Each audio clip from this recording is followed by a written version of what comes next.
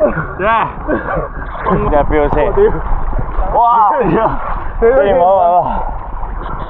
大家好，智能手錶最煩係咩呢？一日叉次電定係功能上有缺陷呢？今日開箱呢隻 Amazfit Active Max， 官方話咧正常用25日，係真定假呢？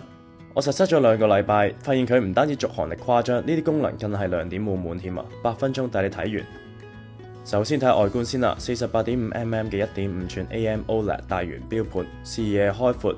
其中一個賣點咧就係呢個亮度係可以去到最高3000尼特嘅，即係你去到戶外啊、大太陽下面做運動啊、游水啊都唔會有問題啊，睇得好清楚。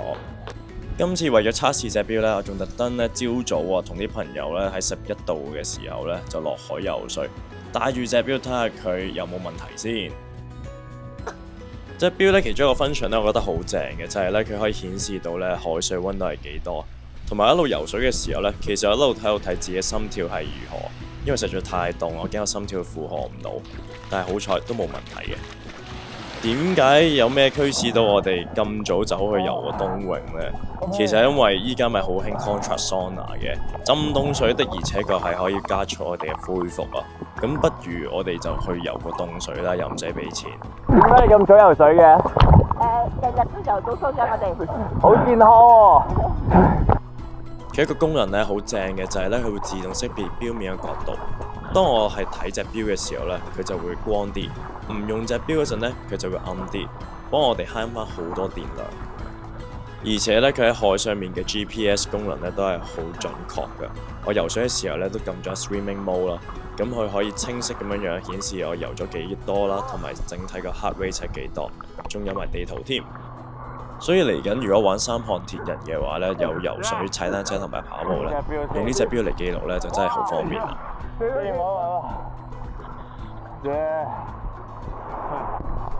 而機身咧其實就係得40 gram， 長期佩戴做運動咧一啲問題都冇，完全 feel 唔到咧手腕會攰啊！冬天咁凍游水咧，真係小朋友唔好亂學啊！至於電力方面呢，我自從第一日叉完電之後呢，就冇再叉電啦。基本上呢，我無時無刻都帶住嘅，同埋我都幾經常用佢嘅 function 啦。但係電力消耗嘅速度呢，實在真係好慢好慢。基本上呢，我帶好耐，就算我唔記得叉電咧，都係一啲問題都冇。啱就有呢啲呢，夜晚成日翻到屋企好攰，但係又唔記得叉電嘅人。以前都有用一啲智能手錶，但係呢，翻到屋企就係唔記得叉電，去到第二日呢，就自己熄咗機，用下呢，都覺得好唔爽。今次咧就帶咗隻錶去 Pure Fitness 嗰度咧試下做啲 hybrid training 訓練啊，睇下我嘅訓練成果係點。咁一路做嘅時候咧，我都一路監測住嘅心率啦、休息時間啦，同埋佢可以幫我記錄埋啲組數啊、下數啊、重量咁樣。所以成個 workout 咧都變得更加 efficient。以前咧淨係可能用手機咧，都可能睇時間冇咁準確，變相休息時間咧就變長咗。Heart rate 喺我哋做 hybrid training 上咧係好重要嘅，因為我哋有時要訓練 zone 2啦，有時要訓練 zone 3、4、5咁樣。咁所以我哋要視乎翻我哋當日嘅訓練 program 係咩咧？咁我哋有 heart rate check 住咧，咁就最安全同埋最有效率啦。平時冇錶嘅話咧，我都可能會用自己呼吸嘅方式咧嚟衡量究竟個 heart rate 係幾多啦。但係依家咧我就有個慣性，就係間中咧就望一望隻錶，睇下自己會唔會爆計或者去得太盡。有關於健康功能啦，其實係好齊全嘅，而最有用咧就係呢一個身體電量 BioCharge 啦。佢唔係剩低嘅電量，而係你身體嘅精力值。咩意思呢？即係朝早見到呢個數值低呢，我就知我今日要放鬆啲，唔好去得咁盡，即係訓練上嘅強度都可能會調低啲。如果數值高嘅話呢，就去健身室嗰度咧 train 再勁啲，或者加埋啲 cardio 去做。對於我呢個咧成日中意做運動嘅人嚟講咧，係非常之有用嘅，確保我唔會 overtrain 㗎嘛。仲有一個賣點咧，就係佢可以監測你嘅睡眠質素嘅。我每日起身咧，以前咧我就會睇電話，但係依家起身咧，我第一時間咧就係睇下隻錶，睇下我瞓成點。而我好中意睇下我深層睡眠嗰個 percentage 係幾多，因為深層睡眠真係好有用。因為識我嘅人咧都知我瞓好少覺啦，而我都好有興趣知道點解我瞓咁少咧都可以 function 得咁好。原來我瞓3至4個鐘咧已經嘅深層睡眠嘅指數個 percentage 係好高，所以呢個亦都可以解釋到點解我休息係比正常人少。除此之外咧，佢仲有方法去量度你嘅壓力指數添。依家嘅智能手錶咧真係好犀利，佢唔係淨係俾時間你睇，佢亦都可以做埋你教練添咯。手錶嘅運動模式咧超過170種，而令我最驚訝嘅就係力量訓練自動識別。你睇下，我直接開始訓練俾你睇下啦。佢能夠自動識別25種常見嘅動作，記錄組數、次數同埋休息時間。自己練嘅時候就唔使再分心記錄，練完先回顧得超清楚。對健身愛好者嚟講呢個功能實在太實用啦。智能方面呢，有3個實用點，第一呢，就係藍牙通話，運動嘅時候呢，唔驚聽漏電話啦。第二呢，就係 Set Flow 語音助手，即係好似 Siri 咁樣，淨係講下嘢呢，就可以控制隻手錶啦。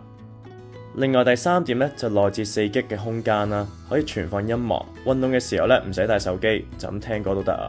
仲可以咧上網 download 定個地圖喺手錶度睇得好清楚。訓練要有系統先有進步。手錶入面內置嘅 SAP Coach 會制定3km、5km、10km 半馬同埋全馬嘅跑步計劃，仲可以支持跑步動力同埋跑步姿勢嘅等等專業跑步數據。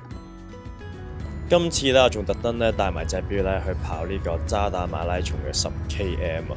晨早流6點幾咧就已經開始跑緊步啊！咁有咗呢隻錶咧，咁其實沿途咧我都係不停咁監測自己嘅心率嘅，唔係好俾自己嘅心率咧係去得太高。咁一開頭咧我都會保持住大概160左右啦，然之後去到後期咧想加速追翻啲時間咧，就去到170 heart rate 到175左右。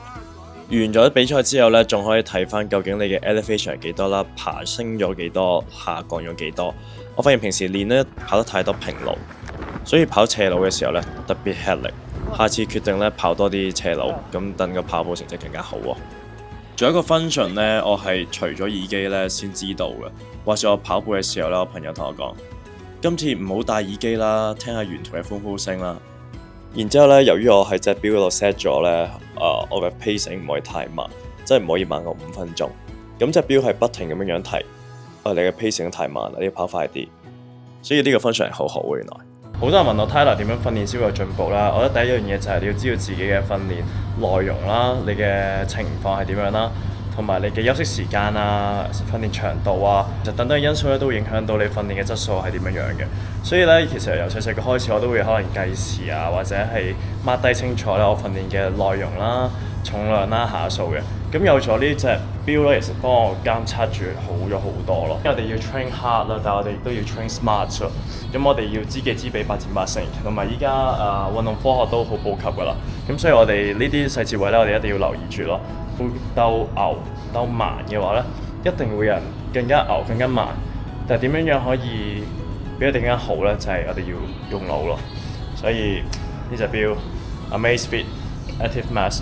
最後一句，如果熱愛運動、中意進步嘅你咧，千祈唔好錯過呢一隻 Amazfit 嘅 Active Max。等等，更大的視野，更多的可能。